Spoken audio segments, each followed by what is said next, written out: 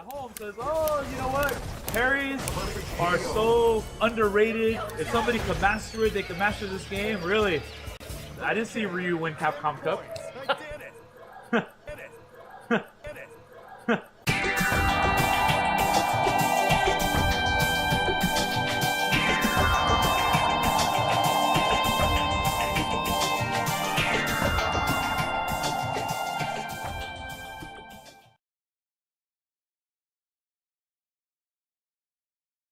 Spacing. I think spacing is the most important thing with a character like Nash because his normals aren't far-reaching, so you have to know where they can and cannot hit. Right.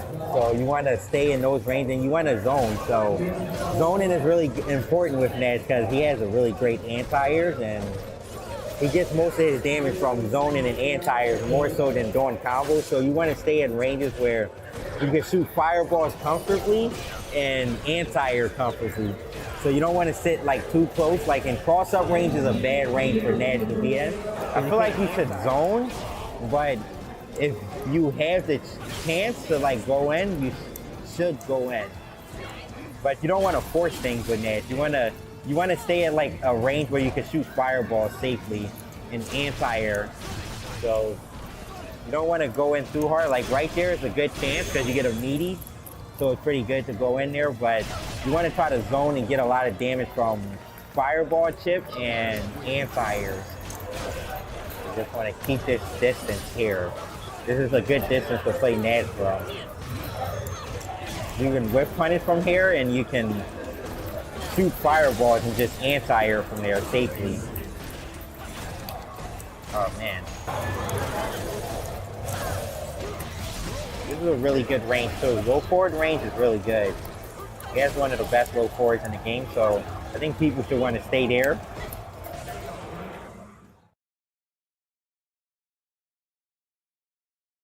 It's all about testing what you know first. And you throw a snowflake at me randomly. And you block pretty well too, it's good. Oh, there is the V skill, which is well used. I guess, oh, you threw at a range where I can't punish. Okay. I have to try to lock you down in the corner and leave you there because that is, oh, you jumped out. Oh, no tech, that's one of your weaknesses already. Can't tech throw.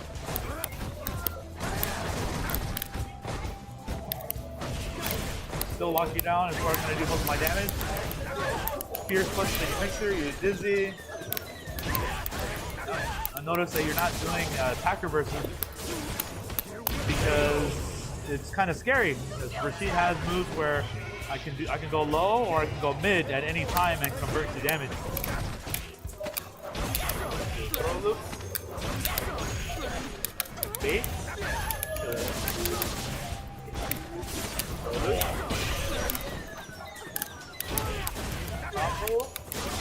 Oh wow, that killed her. Yeah. So the magic number is 2 and sometimes 3 on throw loops. I'm still noticing that you're not using many attack reverses, so I still can go ham. I'm kind of inviting you to. If you do light it, do it. It's got to be a hard read like that, yeah. But you can get it. So it's dangerous to do it. Even when Ryu has parries, it's very dangerous for Ryu to throw it in the middle of strings because it puts them in a really, really bad position. I know a lot of the players at home says, oh, you know what? Parries are so underrated. If somebody could master it, they could master this game. Really, I didn't see Ryu win Capcom Cup. Whenever I play against a specific person and they use a character I've never played before, I tend to play against the opponent the most. In a game like Street Fighter V, I feel like studying frame data is more important in this game than it is in probably any Street Fighter game because, you know, there's oh yeah, that's gonna cost. Overhead. Is he dead? Is he dead?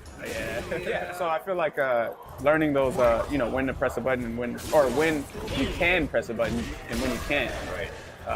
is important. I mean, there's going to be some situations where you're going to have to press something just to get lucky, you know. You can't play by the book all the time. Even when it comes to facing a lot of pros, there's only a certain amount of things that your opponent can react to be honest. Yeah. And if you have a certain type of game plan and you commit to it, sometimes someone will just get hit by it. It doesn't matter how bad a player is by doing those things to a player who's a lot stronger.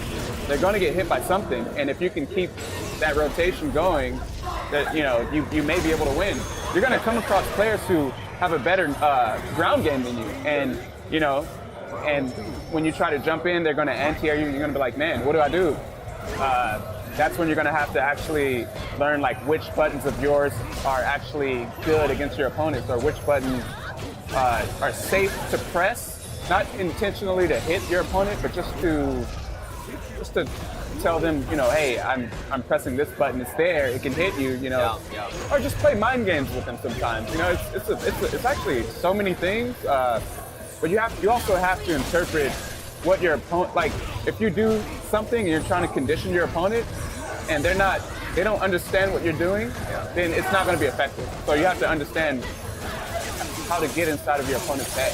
Just mix-ups and layers inside of your offensive approaches are very, very important in this game. So you have to have all the frame data down and have all these, just set play stuff down. And I feel like that's what makes a player really good, really strong. Oh, that's gonna hurt.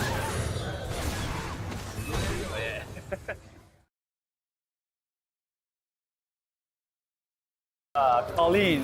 Colleen's goal is to be really, really annoying against Zangief. He likes to chip him to death with little records, little punch, and stay away, shooting ice balls, and occasionally get in. But her goal is to get Zangief, to condition Zangief to press a button and eventually counter him and throw him off while annoying him at the same time. Zangief's goal is to just ignore all that and just get in. Zangief, this is a really slow match of I don't want to say attrition, but basically it's a very, very, very footsie heavy, very, very neutral heavy. I gotta see what Colleen is, at least what the Colleen player is capable of, to see if I can abuse anything she does. Now that Rekka is -2, right? I can have two options here. I can hit roundhouse because she might backdash or jump because she's minus, or I can do a spinning power driver. But it's really a guess on what she's willing to do. So after a back throw, Zangief has two options. You can do a meaty headbutt, another back throw, or a spinning power driver. I usually go with the safe option. Okay, now I have her where I want her. I have her in the corner. I need to keep her at this space right here to see what she does and punish if she does anything wrong. All right, so I did light SPD there. Now when I dash in, I'm actually -3. So whenever you see a jab spinning power driver and Zangief dashes in, just know that he is -3, as in he is at a disadvantage with frames. Spinning power driver there, but because I'm winning, there's no need to take a risk. There's no need at all to take any risk. So I start this round with a 4 meter advantage. So what I want to do is try to use this meter as quick as possible, because no one likes. Because if I don't do anything with it, I'm basically wasting potential meter after gaining.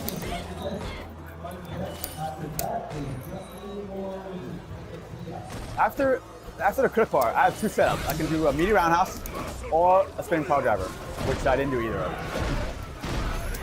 Wake up flex is actually one of Zangief's better options that not a lot of people are aware of, because they always want to, I don't want to say autopilot, but they don't expect Zangief to wake up with flex because he has no life, or when he's going to die, they expect that he's going to block or get thrown. And when people wake up flex, they think he got hit, so they're going to continue with the combo. And that's when Zangief can capitalize on the opponent thinking that they got a combo off. So the hard part about playing the neutral is finding the magic space, finding the magic distance where it's hard for the opponent to deal with. Once I realize the opponent is not jumping anything I do, that's why I can go in and do a raw swing. So I notice you, and this is probably the case for a lot of more top Zangief players, I notice you don't jump as much. You talked about conditioning. I think we see Zangief players try to jump in, maybe impose their will a little more. You were pretty patient. And for a player like myself, that actually makes it hard for me. How can a Zangief player work on becoming more patient and maybe work on that conditioning the opponent, like you were talking about? So Zangief has one of the worst jumps in the game. That's why I try not to jump in unless I have no choice. So the only reason I think why people jump in is because their ground game is not as strong. If I can stay strong on the ground, I have no reason to jump in. Right. However, once the opponent is dealing with my ground game and I can't deal with it, I have to look for holes in the air. So I suggest you would jump in only if you know there's an opening, as in if you're going to press a heavy or something that has high recovery, or if you can't think of anything else. And if you can't think of anything else and you jump in and it still doesn't work, that means there's a lot of fundamentals missing in the game. So I suggest really working on the ground game. Why you're either being pushed into the edge, why you're not able to do something that you normally would work on other people. Because when we're playing, I'm just slowly walking in the corner, which is Zangief's job. He has to walk into the corner. Your job is to make sure I don't walk into the corner. And the moment I stop walking in the corner, that means you're doing something right. And you don't have to jump in anymore. Right. And when I can't walk in the corner, I gotta start finding answers to get you in the corner. I'm sure people come to you all the time and are like, hey, how do I get better with Zangief, right? And there's any number of I guess responses to that, because of course it depends on your skill level and what you're doing. The idea here is if someone wants to be more competitive or even a pro and they're sort of at this ceiling, when you were at that point, when you were sort of at this ceiling, for you, what broke you through that ceiling? So there's a few things. Number one, you have to watch other Zangiefs. And specifically, you have to watch top Zangiefs play. You have to, and the hard part about this game is, once you have a solid grasp of fundamentals, and that is the first thing you have to work on, you won't be able to understand what the top players are doing until you understand what you're doing. Right. Because some people go, oh, he just wakes up mashing jab. Why are they waking up mashing jab? Like, no one does that unless they think they're a scrub. But no one's a scrub, really. They're mashing jab either because they are a scrub or because they know that the opponent is doing a delayed meaty, a shimmy, right? Yeah. Those are all options that people sometimes are not aware of. And for Zangief specifically, when we played, I did not SPD a lot. But people, all they see about Zangief is SPD, SPD, SPD, SPD. When I started playing, and I thought to myself, all I really want to go for is SPD, but that's what everyone fears. Right. So they always want to jump away back there. So I'm thinking, okay, I'm going to play a few games without ever landing an SPD, unless it's a true punish, because that's optimal. Sure. Right? Try playing the game without SPD, and see how strong your neutral gets. Right? See, because when you don't have to rely on SPD, you have to rely on normal buttons. You have to rely on Zangief's slow jumping, right? And those are the buttons that help you get in and help push them into the corner. And once they get into the corner, and once they're scared, they start making mistakes. And that's when you can go for the SPD. And that's how you can learn how to condition them, because you're not making any hard risks. You're not making any hard reads. You're just pressing buttons and pressing normals.